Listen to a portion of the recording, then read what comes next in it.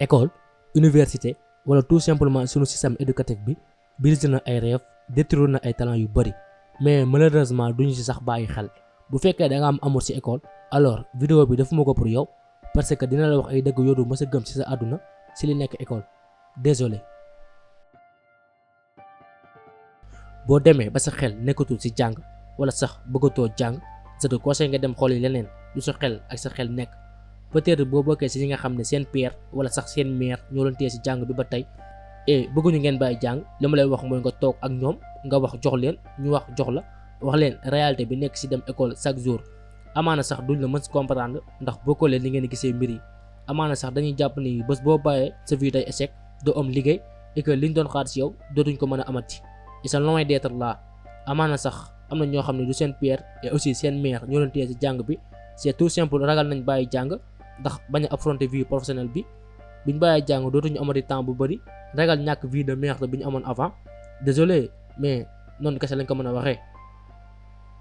ragal metti ak bañ nekk ci ay xat-xat waaw bu fekkee docteur politicien wala infirmier sax nga bëgg a nekk boobaa je te conseille nga dem jàngi bu fekkee businessman nga bëgg a nekk entrepreneur commerçant homme d'affaires je te conseille nga dem jàngi lire jàngale làkk ak mu mënti doon loolu doy na sëkk jàngi vie bu professionnel bi maanaam vie réelle bi yokk sa xam-xam ci wàllu xaalis teg ay objectifs yooyu topp defaraat ni nga xalaatee wutal connaissance ak nit ñi tegal business lépp lu la mën gàllankoor ci yi ma la wax ni sànq nga bàyyi ko. un petit exemple juddu nga ba toll ni nga war a toll à l'âge de 7 ans peut-être 8 ans 9 ans 10 ans sans départ rek dem primaire c'est 6 ans collège 4 ans et lycée 3 ans ça fait 20 ans si bu dee 7 ans nga amoon si bi ngay dugg et bu dee 8 ans nga amoon 21 ans et 9 ans c'est 22 ans et que bu fekkee da nga bokk ci élèves yooyu di dem université 3 ans nga am licence 5 ans master ensuite 8 ans doctorat waaw nañ essayer calculer ko ci minimum ci bi ngay am 7 ans primaire collège lycée et université et ça fait 36 ans 36 ans yoo xam ne ni da nga ko passé ci jàng mën naa ni sax 36 ans la yoo perte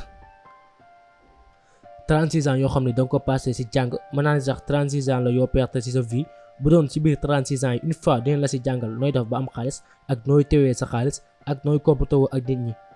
ak nooy tegee ay business. tu sais loolu taxoon Albert Einstein waxoon ni bés boo demee ba génn li la jot a jàngal école ci sa bopp bi li fay des noonu loolu mooy vraie connaissance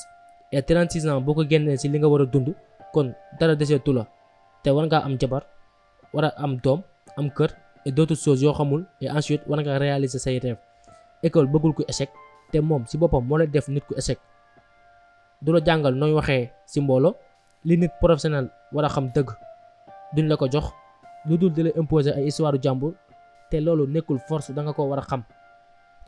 histoire du jàmbur yow lay neex nga war koo xam quand même boo demee ba gisatoo sa bopp ci jàng bi taa yàlla dem école heure bi jot na nga ni non naa xaar ba 10 heures jot nga ni naa bàyyi ba suba rek même tey sax boo ma demee école xam naa ne du ma jàng dara ndax damaa xas ba taayal mon ami qu'est-ce que tu veux à la fin léegi nanguwoo bàyyi nanguwoo jàng wala da ngay ragal bàyyi ndax bëtu nit ñi wala da ngay ragal bàyyi ndax say parents wala da ngay ragal bàyyi ndax après xamoo looy def wala ndax da ngay ragal bàyyi ndax dootoo amati temps bi nga amoon avant excuse yooyu ngay def sa bopp bi mooy nekk sa bopp te jot na nga changer xam li nga bëgg xam fi nga bëgg a dem ëllëg xam loo bëgg ëllëg xam yaay kan c'est tout simple. certes école c'est très très important am na njariñ ndax moo la jàngal nooy def ba bind ak nooy def ba mën lire et boo mënee loolu